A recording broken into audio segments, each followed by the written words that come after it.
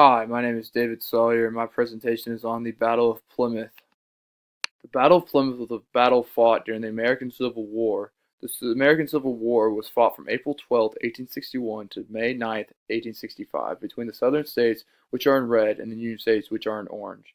The war resulted in 618,222 casualties, 360,222 which were from the Union, and 258,000 from the Confederate States, making it the bloodiest war in American history. The Battle of Plymouth was a battle during the American Civil War fought on April 17, 1864. The Confederate forces were led by, at the time, Brigadier General Robert F. Hoke, who did manage to take Plymouth from the Union. General Hoke led 10,000 men in the attack on Plymouth against the 3,000 Union soldiers, and after multiple failed charges did succeed in taking Plymouth, despite outnumbering the Union over 3-1 and still failing on multiple attempts to charge the fort.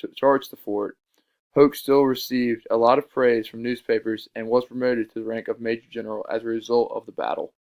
My gap in this research is, while there is a significant amount of research on the Battle of Plymouth and the effects of the battle, there's a lack of research on if Major General Robert F. Hoke was deserving in being promoted to Major General after the Battle of Plymouth, as well as all of the praise he received from the media.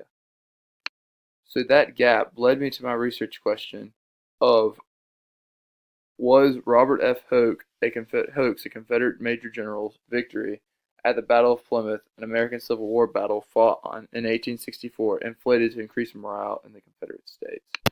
One source that has greatly aided me in my research is Daniel Barefoot's Lee's Most Modest Warrior. The purpose of this work, in the words of Daniel Barefoot, is to tell the story of the man who was rumored to be Lee's pick to take over if he was killed or disabled.